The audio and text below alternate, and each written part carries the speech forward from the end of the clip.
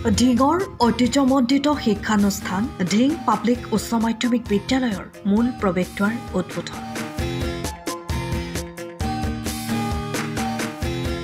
ঢিঙৰ শিক্ষানুষ্ঠানসমূহৰ ভিতৰতে ঐতিহ্যমণ্ডিত শিক্ষানুষ্ঠান ঢিং পাব্লিক উচ্চ মাধ্যমিক বিদ্যালয়ৰ মূল প্ৰৱেশদ্বাৰখন আজি আনুষ্ঠানিকভাৱে শুভ উদ্বোধন কৰা হয়।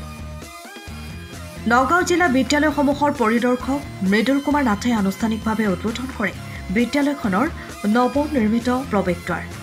নৱনিৰ্মিত এই প্ৰৱেশদ্বাৰৰ উদ্বোধনী অনুষ্ঠানত ঢিং পাব্লিক উচ্চ মাধ্যমিক বিদ্যালয়ৰ শিক্ষক শিক্ষয়িত্ৰী ছাত্ৰ ছাত্ৰীৰ লগতে বহুকেইজন বিশিষ্ট ব্যক্তি উপস্থিত থাকে।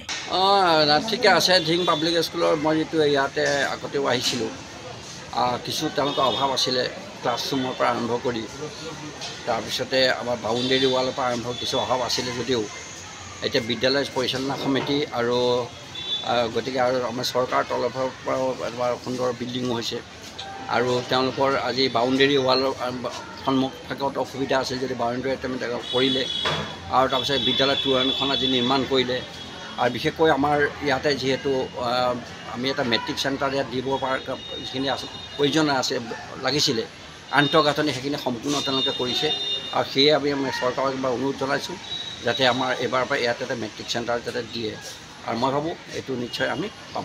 News desk time of.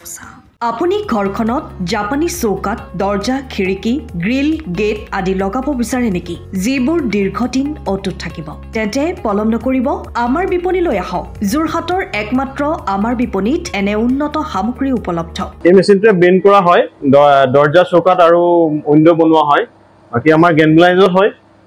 আমাৰ ঠিকনা শ্ৰীৰাম এলুমিনিয়াম চেণ্টাৰ, DCB তিনিআলি, তৰাজান, যোৰহাট 785006। যোগাযোগৰ নম্বৰ 8638967754 অথবা 9401552548। পাল্লা বনোৱা আছে, গেলমেনাইজৰ হয়, এইটো প্ৰেছ ষ্টীল বুলি কয়, গেলমেনাইজৰ উইণ্ডো হয়। ইয়াত ষ্টীলৰ এইবিলাক গ্ৰিল দিয়া আছে, এক্সট্ৰাকে গ্ৰিল প্ৰয়োজন নাই, গ্ৰিল চব লাগি গৈছে আৰু এইফালে মস্কিটো নেটো দিব পাৰে। এইটো মস্কিটো নেট, এইফালে বেক চাইডে মস্কিটো নেটৰ পাল্লা আছে। পকাত নি পিনে ঘৰটো আৰম্ভ কৰোঁতে লৈ যাবলগীয়া হয়, তেতিয়া পকাত দি দিলে মানে ইয়াত ঢেলাই সোমাই যাব, মছলা সোমাই যাব, বালি মছলাটো ভৰাই দিলে মানে মজবুত হৈ যাব। ইয়াৰ সময়ৰ খবৰ সময়ত পাবলৈ ফ'ল' কৰক টাইম অফ।